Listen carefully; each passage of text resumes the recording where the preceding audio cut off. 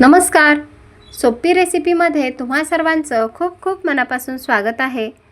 आज आपण कर्नाटकी गिरमीट कसं बनवायचं ते बघणार आहेत.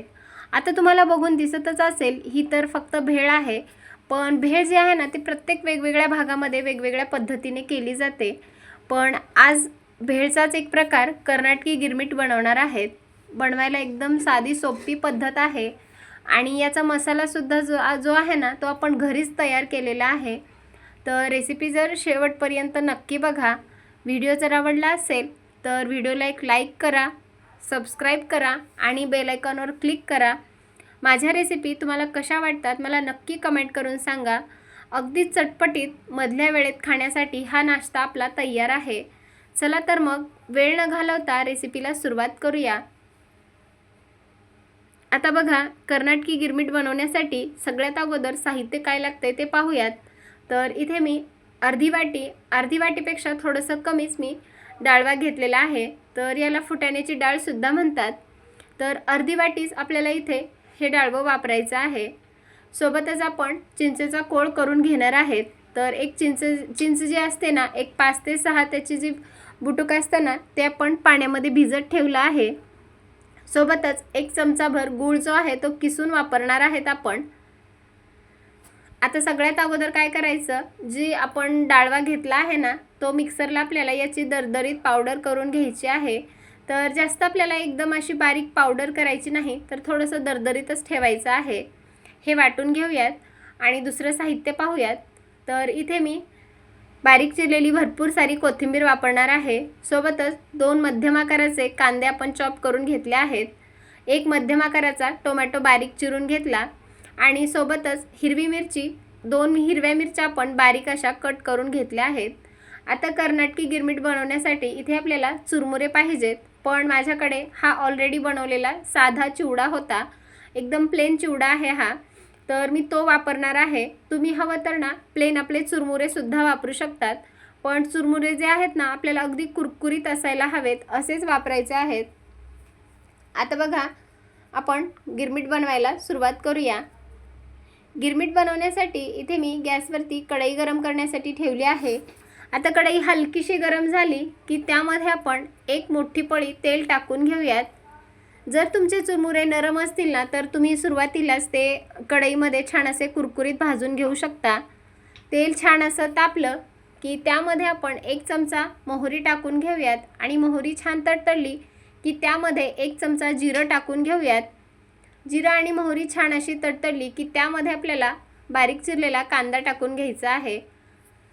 आता कांदा आपल्याला अगदी हलकासा परतून घ्यायचा आहे, म्हणजे जास्त याला करपवायचं नाही. तर अगदी हलकासा याला आपण मध्यम आचेवर भाजून घेऊयात किंवा तेलामध्ये छान असा फ्राय करून घेऊयात. इथे बघा, कांदा आपला छान असा फ्राय झालेला आहे. तर यामध्ये अर्धा चमचा हळदी पावडर टाकून घेऊयात. हळदीमुळे ना गिरमीटला खूप छान अशी मस्त रंग येतो आणि चवसुद्धा छान येते. कांदा आणि हळद छान अशी आपण परतून घेऊयात. इथे बघा, कांदा आणि जी हळद टाकली होती ना ती छान अशी आपण परतून घेतली. आता यामध्ये आपण जी बारीक चिरून मिरची ठेवली होती ना ती टाकून घेऊयात. इथे मी ना अगदी सपक असलेली मिरची वापरली आहे, कारण ही जी मिरची आहे ना पोपटी रंगाची आहे, ही थोडीशी कमी तिखट असते. जर तुम्हाला असं झणझणीत गिरमीट पाहिजे असेल तर तुम्ही इथे थोडंसं लाल तिखट किंवा हिरवी जी मिरची अगदी तिखट असते ना तीसुद्धा इथे वापरू शकता. आता यामध्ये आपण थोडीशी कोथिंबीर टाकून घेऊयात. सोबतच टोमॅटोसुद्धा टाकून घेतला आणि हलकंसं याला मध्यम आचेवर परतून घेऊयात. आता हे सर्व मिश्रण छान असं परतून घेतलं की यामध्ये अर्धा चमचा हिंग टाकून घेऊयात. जो गूळ आपण किसून घेतला होता ना तो गूळसुद्धा टाकून घेऊयात आणि चिंचेचा कोळ आपल्याला यामध्ये टाकायचा आहे. तर चिंच चांगली हाताने व्यवस्थित चुरून घेतली आणि त्याचा कोळ करून घेतला आणि या मिश्रणामध्ये टाकून घ्यायचा आणि आता हे चांगलं आपल्याला मिक्स करून घ्यायचं आहे. तर बघा, या चिंचेचा कोळ करत असताना त्यामध्ये जास्तीचं पाणी टाकायचं नाही, अगदी थोडंसं पाणी टाकायचं. जर जास्त प्रमाणामध्ये या मसाल्यामध्ये पाणी झालं ना तर आपलं जे गिरमीट आहे ना ते थोडंसं ओलसर होतं आणि कुरकुरीत लागणार नाही. किंवा कमी प्रमाणात सुद्धा झालं तर मसाला व्यवस्थित जो आहे ना तो चुरमुऱ्याला बसणार नाही. त्यामुळे थोडंसं आपल्याला मध्यमच पाणी टाकायचं आहे. आता बघा मसाला आपला छान असा मस्त हा शिजला की यामध्ये आपण जे आपण डाळवा वाटून घेतला होता ना तो यामध्ये टाकून घेऊयात। तर सुरुवातीला मी या मिश्रणामध्ये 1 चमचा हा डाळव्याची पावडर टाकून घेत आहे आणि छान असं हे सुद्धा एकजीव करून घेऊयात। तर बघा या मसाल्याचा इतका मस्त असा खमंग वास येत आहे ना। इथे आपला गिरमिटचा मसाला तयार आहे। आता आपण गॅस बंद करून घेऊयात आणि हा जो गिरमिटचा मसाला आहे ना तो पूर्णपणे आपल्याला अगदी थंडगार करून घ्यायचा आहे,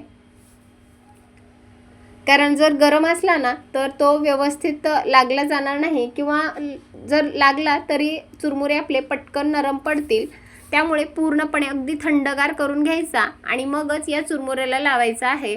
आता कढईमध्ये जो आपण चुरमुरे घेतले होते ना ते कढईमध्ये टाकून घेतले, सोबतच वरून अजून थोडासा कांदा टाकून घेतला, भरपूर सारी चिरलेली कोथिंबीर टाकून घ्यायची, टोमॅटो टाकून घ्यायचा आणि आता हे आपल्याला ना यामध्ये थोडंसं जे आपण डाळव्याची पावडर करून ठेवली होती ना ते 2 चमचे टाकून घेऊयात आणि परत हे छान असा हा मसाला ना या चुरमुऱ्याला लावून घेऊयात। तर बघा अगदी छान असा हा मसाला आपल्याला या चुरमुऱ्याला लावून घ्यायचा आहे। इथे बघा कढईमध्ये थोडंसं व्यवस्थित हलवता येत नव्हतं, त्यामुळे मी एका मोठ्या प्लेटमध्ये हे चुरमुरे काढून घेतले आणि मसाला जो आहे तो पूर्ण व्यवस्थित असा या चुरमुऱ्याला छान असा पसरवून घेतला आणि बघा इथे आपलं गिरमिट आता तयार आहे। तर छान असा मसाला सुद्धा या चुरमुऱ्याला बसला आहे। लगेच आपण हे सर्व करूयात। इथे बघा वरून अजून थोडंसं आपण यावर फरसाण टाकूयात किंवा तुमच्याकडे जर शेव असेल तर तुम्ही शेव सुद्धा टाकू शकता किंवा खारे शेंगदाणे असतील किंवा जे आपले रेग्युलर भाजीसाठी शेंगदाणे वापरतो ना ते सुद्धा भाजून यावरती टाकले तर खूप छान अशी टेस्ट येते। आता तुम्हाला ही रेसिपी कशी वाटली मला नक्की कमेंट करून सांगा। मधल्या वेळेत किंवा 4 वाजताच्या भुकेसाठी जर काहीतरी तुम्हाला चटपटीत खाण्याची इच्छा झाली असेल ना तर अगदी 5 ते 10 मिनिटांमध्ये हा तुम्ही पदार्थ बनवू शकता। यासाठी कोणतं जास्त साहित्य सुद्धा लागणार नाही, अगदी घरामध्ये जे साहित्य उपलब्ध आहे ना त्यामध्येच हा पदार्थ बनवून तयार होतो। रेसिपी कशी वाटली मला नक्की कमेंट करून सांगा। व्हिडिओ जर आवडला असेल तर जास्तीत जास्त लोकांपर्यंत शेअर करा आणि पुन्हा एकदा सर्वांना एक निवेदन आहे, जर तुम्हाला माझ्या रेसिपी आवडत असतील तर प्लीज माझ्या चॅनलला सबस्क्राईब करा, लाईक करा, सोबतच बेल आयकॉनवर क्लिक करा आणि माझ्या रेसिपी तुम्हाला कशा वाटतात मला नक्की कमेंट करून सांगा। चला तर मग पुन्हा भेटूयात, तोपर्यंत धन्यवाद।